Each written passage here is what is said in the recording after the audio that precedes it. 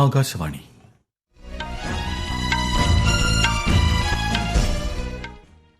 നമസ്കാരം.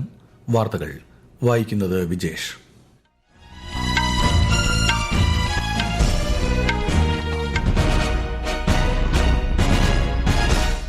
പ്രധാന വാർത്തകൾ.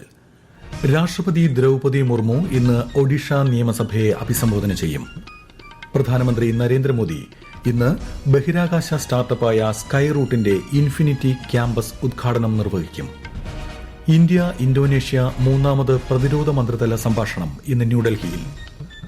അപൂർവ മൂലകങ്ങളിൽ നിന്നുള്ള ശക്തിയേറിയ കാന്തങ്ങളുടെ നിർമ്മാണം പ്രോത്സാഹിപ്പിക്കാൻ 7,280 കോടി രൂപയുടെ പദ്ധതിക്ക് അംഗീകാരം നൽകി കേന്ദ്ര സർക്കാർ. കേരളത്തിൽ തദ്ദേശ തെരഞ്ഞെടുപ്പിനുള്ള പ്രചാരണം ഊർജിതമാക്കി മുന്നണികൾ. ഹോങ്കോങ്ങിലെ വാങ് ഫുക് ഭവന സമുച്ചയത്തിലുണ്ടായ തീപിടുത്തത്തിൽ മരിച്ചവരുടെ എണ്ണം 44ആയി. വാർത്തകൾ വിശദമായി. രാഷ്ട്രപതി ദ്രൌപദി മുർമു ഇന്ന് ഒഡീഷ നിയമസഭയെ അഭിസംബോധന ചെയ്യും. ഇന്ന് ആരംഭിക്കുന്ന ഒഡീഷ നിയമസഭയുടെ ശൈത്യകാല സമ്മേളനത്തിന്റെ ഭാഗമായാണ് അഭിസംബോധന. ചരിത്ര നിമിഷത്തിനായി കാത്തിരിക്കുകയാണെന്ന് സംസ്ഥാന പാർലമെന്ററി കാര്യമന്ത്രി മുകേഷ് മഹാലിംഗ് പറഞ്ഞു.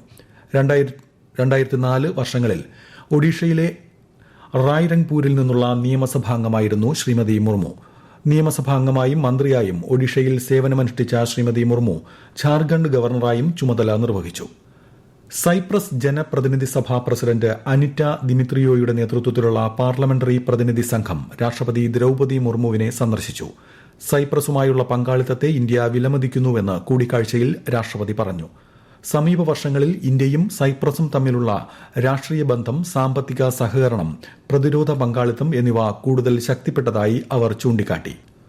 ഈ വർഷത്തെ നാവികസേനാ ദിനാഘോഷങ്ങൾ ഡിസംബർ 3 ഉച്ചകഴിഞ്ഞ് തിരുവനന്തപുരത്തെ ശംഖുമുഖം ബീച്ചിൽ നടക്കും.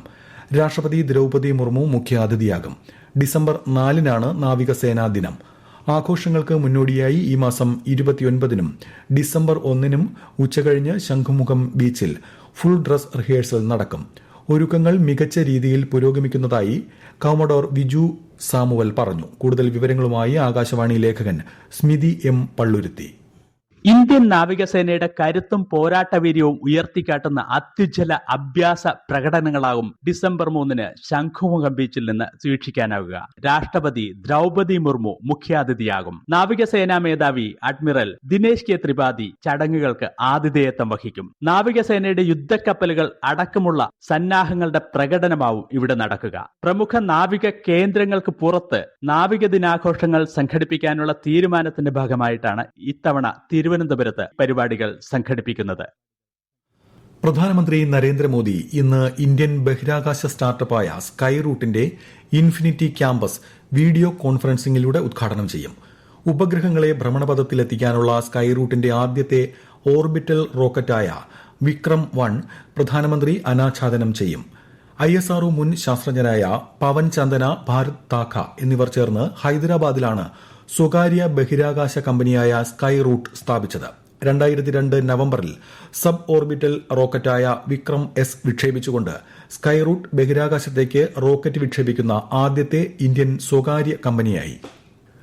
ഇന്ന് ന്യൂഡൽഹിയിൽ നടക്കുന്ന മൂന്നാമത് ഇന്ത്യ ഇന്തോനേഷ്യ പ്രതിരോധ മന്ത്രിമാരുടെ സംഭാഷണത്തിൽ രാജ്യരക്ഷാമന്ത്രി രാജ്നാഥ് സിംഗ് ഇന്തോനേഷ്യൻ പ്രതിരോധ മന്ത്രി ഷാഫ്രി ജാംസുദ്ദീനൊപ്പം സഹ അധ്യക്ഷത വഹിക്കും. പ്രാദേശിക സുരക്ഷാ സാഹചര്യങ്ങൾ ഇരുവരും വിലയിരുത്തും. പ്രതിരോധ സഹകരണം വിപുലീകരിക്കുന്നതിനുള്ള പുതിയ മേഖലകൾ ആരായും. നവംബർ 26-27 തീയതികളിൽ 2 ദിവസത്തെ ഇന്ത്യ സന്ദർശനത്തിനായാണ് ഇന്തോനേഷ്യൻ പ്രതിരോധ മന്ത്രി ഇന്ത്യയിലെത്തിയത്. ഷാങ്ഹായ് വിമാനത്താവളത്തിൽ അരുണാചൽ പ്രദേശ് സ്വദേശിനിയെ തടഞ്ഞുവച്ച ചൈനയുടെ നടപടിയെ വിമർശിച്ച് വിദേശകാര്യ മന്ത്രാലയം. അരുണാചൽ പ്രദേശ് ഇന്ത്യയുടെ അവിഭാജ്യ ഘടകമാണെന്നും ചൈന അംഗീകരിച്ചില്ലെങ്കിലും ഇത് യാഥാർത്ഥ്യമായി തുടരുമെന്നും വിദേശകാര്യ മന്ത്രാലയ വക്താവ് രൺധീർ ജയ്സ്വാൾ പറഞ്ഞു. Maintenance of peace and tranquility in the border regions is a prerequisite for the continued and overall development of India-China bilateral relations. Our position in this regard has always been very clear and consistent. Arbitrary actions by China involving an Indian citizen from Arunachal Pradesh are most unhelpful towards efforts being made by both sides to build mutual trust and understanding and gradually move towards normalization of bilateral relations. പ്രധാനമന്ത്രി നരേന്ദ്രമോദി ആകാശവാണിയിലൂടെ ജനങ്ങളുമായി ആശയങ്ങൾ പങ്കുവയ്ക്കുന്ന പ്രതിമാസ radio പരിപാടി മൻ കി ബാത്ത് ഈ ഞായറാഴ്ച രാവിലെ 11 മണിക്ക് ആകാശവാണിയുടെ എല്ലാ നിലയങ്ങളിലും ദൂരദർശനിലും പരിപാടി തത്സമയം ലഭ്യമാകും. മൻ കി ബാത്തിലേക്കുള്ള ആശയങ്ങളും നിർദ്ദേശങ്ങളും 1800117800 എന്ന ടോൾ ഫ്രീ നമ്പറിലൂടെ അറിയിക്കാം. ഈ വാർത്തകൾ ആകാശവാണിയിൽ നിന്ന്. ആകാശവാണി വാർത്തകളും വാർത്താ അധിഷ്ഠിത പരിപാടികളും All India Radio news Thiruvananthapuram YouTube ചാനലിലും at All India Radio news Thiruvananthapuram Facebook പേജിലും AIR ന്യൂസ് _തിരുവനന്തപുരം ഇൻസ്റ്റഗ്രാം അക്കൌണ്ടിലും at AIR news _TVM X ഹാൻഡിലും ലഭ്യമാണ്.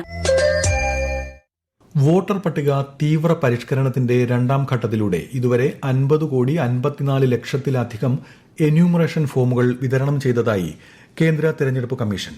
കേരളം ഉൾപ്പെടെ 9 സംസ്ഥാനങ്ങളിലും 3 കേന്ദ്രഭരണ പ്രദേശങ്ങളിലുമായി ഈ മാസം 4-നാണ് SIR രണ്ടാം ഘട്ടം ആരംഭിച്ചത്. കേരളത്തിൽ തീവ്ര വോട്ടർ പട്ടിക പരിഷ്കരണത്തിന്റെ ഭാഗമായി ഡിജിറ്റൈസ് ചെയ്ത ഫോമുകളുടെ എണ്ണം 1,06,81,040 ആയതായി മുഖ്യ തെരഞ്ഞെടുപ്പ് ഓഫീസർ രത്തൻ യു കേൽക്കർ 50 ഫോമുകളിൽ താഴെ ഡിജിറ്റൈസ് ചെയ്ത BLOമാരുമായി സംസാരിച്ച് അവരുടെ പ്രശ്നങ്ങൾ മനസ്സിലാക്കിയതായും മുഖ്യ തെരഞ്ഞെടുപ്പ് ഓഫീസർ പറഞ്ഞു. അത്യാസന്ന നിലയിൽ എത്തുന്നവരുടെ ജീവൻ രക്ഷിക്കാൻ ആവശ്യമായ അടിയന്തര ചികിത്സ നൽകുന്നതിൽ ഒരു ആശുപത്രിയും വീഴ്ച വരുത്താൻ പാടില്ലെന്ന് കേരള ഹൈക്കോടതി. പണം മുൻകൂർ ലഭിക്കണമെന്ന് സ്വകാര്യ ആശുപത്രികളും നിഷ്കർഷിക്കരുത്. രേഖകൾ കൈവശമില്ലെന്ന കാരണത്താലും ചികിത്സ നിഷേധിക്കരുത്. കൂടുതൽ സൌകര്യങ്ങളുള്ള ആശുപത്രിയിലേക്ക് ഇവരെ മാറ്റുമ്പോൾ സുരക്ഷിതമായ യാത്ര ഉറപ്പാക്കണമെന്നും ഡിവിഷൻ ബെഞ്ച് വ്യക്തമാക്കി. കേരളത്തിൽ തദ്ദേശ തെരഞ്ഞെടുപ്പിന്റെ പ്രചാരണം ഊർജിതമായി. സ്ഥാനാർത്ഥി ചിത്രം വ്യക്തമായതിന് പിന്നാലെ 3 മുന്നണികളുടെയും പ്രവർത്തനം അടുത്ത ഘട്ടത്തിലേക്ക് കടന്നു. വീടുകളിലെത്തി വോട്ടർമാരെ നേരിൽ കാണുന്ന തിരക്കിലാണ് സ്ഥാനാർത്ഥികൾ. അതേസമയം വാർഡ് കൺവെൻഷനുകൾക്ക് പിന്നാലെ ബൂത്തുതല യോഗങ്ങളിലേക്കും കുടുംബ സംഗമങ്ങളിലേക്കും കടക്കുകയാണ് പാർട്ടികൾ. സ്ഥാനാർത്ഥികളുടെ വാഹന പര്യടനവും സ്വീകരണ പരിപാടിയുമാണ് അടുത്ത ഘട്ടത്തിൽ നടക്കുക. മുതിർന്ന നേതാക്കൾ പങ്കെടുക്കുന്ന തെരഞ്ഞെടുപ്പ് റാലികൾക്കും തുടക്കമാകും. അടുത്ത മാസം 9, 11 തീയതികളിലാണ് വോട്ടെടുപ്പ്. നിയമസഭാ തെരഞ്ഞെടുപ്പിന് മുന്നോടിയായുള്ള ജനവിധി എന്ന നിലയിൽ പരമാവധി നേട്ടമുണ്ടാക്കാനുള്ള ശ്രമത്തിലാണ് മുന്നണികൾ. അപൂർവ മൂലകങ്ങളിൽ നിന്നുള്ള ശക്തിയേറിയ കാന്തങ്ങളുടെ നിർമ്മാണം പ്രോത്സാഹിപ്പിക്കാൻ 7,280 കോടി രൂപയുടെ പദ്ധതിക്ക് അംഗീകാരം നൽകി കേന്ദ്ര മന്ത്രിസഭായോഗം. ഇലക്ട്രിക് വാഹനങ്ങൾ, പുനരുപയോഗ ഊർജ്ജം, ഇലക്ട്രോണിക്സ്, എയ്റോസ്പേസ്, പ്രതിരോധ ആവശ്യങ്ങൾ എന്നിവയ്ക്ക് അത്യന്താപേക്ഷിതമായ റയർ എർത്ത് പെർമനന്റ് മാഗ്നറ്റ് നിലവിൽ ഇറക്കുമതിയിലൂടെയാണ് ലഭ്യമാകുന്നത്. രാജ്യത്ത് സംയോജിത REPM നിർമ്മാണ കേന്ദ്രങ്ങൾ സ്ഥാപിക്കുമെന്നും ഇത് തൊഴിലവസരങ്ങൾ സൃഷ്ടിക്കുന്നതിനൊപ്പം സ്വയം പര്യാപ്തത ശക്തിപ്പെടുത്തുമെന്നും കേന്ദ്രമന്ത്രി അശ്വനി വൈഷ്ണവ് മന്ത്രിസഭായോഗ തീരുമാനങ്ങൾ വിശദീകരിച്ചുകൊണ്ട് പറഞ്ഞു. इलेक्ट्रिक व्हीकल्स में, इलेक्ट्रॉनिक्स में, डिफेंस में, एरोस्पेस में इतने सारे सेक्टर्स हैं. मेडिकल इक्विपमेंट में कई जगह परमानेंट मैग्नेट का उपयोग होता है. भारत की रिक्वायरमेंट लगातार बढ़ती जा रही है परमानेंट मैग्नेट की, और परमानेंट मैग्नेट को भारत में मैन्युफैक्चर करने के लिए आज एक rare earth permanent magnets scheme approve हुई है कैबिनेट में. പൂനെ മെട്രോ റെയിൽ പദ്ധതിയുടെ രണ്ടാം ഘട്ടത്തിനും മഹാരാഷ്ട്ര, ഗുജറാത്ത് സംസ്ഥാനങ്ങളിലെ 4 ജില്ലകൾ ഉൾപ്പെടുന്ന 2 മൾട്ടി ട്രാക്കിംഗ് റെയിൽവേ പദ്ധതികൾക്കും കേന്ദ്ര മന്ത്രിസഭ അംഗീകാരം നൽകി. ഹോങ്കോങ്ങിലെ വാങ് ഫുക് ഭവന സമുച്ചയത്തിലുണ്ടായ തീപിടുത്തത്തിൽ 44 പേർ മരിച്ചു, 279 പേരെ കാണാതായി. 700 പേരെ താൽക്കാലിക കേന്ദ്രങ്ങളിലേക്ക് മാറ്റിപ്പാർപ്പിച്ചു. ഭവന സമുച്ചയത്തിൽ 8 ബ്ലോക്കുകളിലായി 2000 അപ്പാർട്ട്മെന്റുകളിൽ ഏകദേശം 4800 പേരാണ് താമസിച്ചിരുന്നത്. ഇന്നലെ രാത്രിയുണ്ടായ തീപിടുത്തവുമായി ബന്ധപ്പെട്ട് 3 പേരെ ഹോങ്കോങ് പോലീസ് അറസ്റ്റ് ചെയ്തതായാണ് റിപ്പോർട്ട്. കേന്ദ്ര തൊഴിൽ നിയമങ്ങൾ നടപ്പാക്കുന്നതുമായി ബന്ധപ്പെട്ട വിജ്ഞാപനത്തിന്റെ പശ്ചാത്തലത്തിൽ ഇന്ന് സംസ്ഥാനത്തെ കേന്ദ്ര ട്രേഡ് യൂണിയൻ പ്രതിനിധികളുടെ അടിയന്തര യോഗം വിളിച്ചു ചേർക്കുമെന്ന് മന്ത്രി വി ശിവൻകുട്ടി അറിയിച്ചു. അതേസമയം തൊഴിലാളികൾക്ക് അനുകൂലമായ നിലപാടാണ് പുതിയ തൊഴിൽ നിയമങ്ങളിൽ ഉള്ളതെന്ന് BJP സംസ്ഥാന അധ്യക്ഷൻ രാജീവ് ചന്ദ്രശേഖർ പ്രതികരിച്ചു. പുതിയ തൊഴിൽ നിയമങ്ങൾ തൊഴിലാളികൾക്ക് മിനിമം വേതനവും സാമൂഹിക സുരക്ഷയും ഉറപ്പാക്കുന്നതിൽ പരാജയമാണെന്ന തരത്തിൽ സമൂഹമാധ്യമങ്ങളിൽ പ്രചരിക്കുന്ന വാർത്തകൾ തെറ്റാണെന്ന് പ്രസ് ഇൻഫർമേഷൻ ബ്യൂറോയുടെ വസ്തുതാ പരിശോധനാ യൂണിറ്റ് അറിയിച്ചു. പ്രധാന വാർത്തകൾ വീണ്ടും. രാഷ്ട്രപതി ദ്രൌപതി മുർമു ഇന്ന് ഒഡീഷ നിയമസഭയെ അഭിസംബോധന ചെയ്യും. പ്രധാനമന്ത്രി നരേന്ദ്രമോദി ഇന്ന് ബഹിരാകാശ സ്റ്റാർട്ടപ്പായ സ്കൈ റൂട്ടിന്റെ ഇൻഫിനിറ്റി ക്യാമ്പസിന്റെ ഉദ്ഘാടനം നിർവഹിക്കും. ഇന്ത്യ ഇന്തോനേഷ്യ 3ാമത് പ്രതിരോധ മന്ത്രിതല സംഭാഷണം ഇന്ന് ന്യൂഡൽഹിയിൽ. അപൂർവ മൂലകങ്ങളിൽ നിന്നുള്ള ശക്തിയേറിയ കാന്തങ്ങളുടെ നിർമ്മാണം പ്രോത്സാഹിപ്പിക്കാൻ 7,280 കോടി രൂപയുടെ പദ്ധതികൾക്ക് അംഗീകാരം നൽകി കേന്ദ്ര സർക്കാർ. കേരളത്തിൽ തദ്ദേശ തെരഞ്ഞെടുപ്പിനുള്ള പ്രചാരണം ഊർജിതമാക്കി മുന്നണികൾ.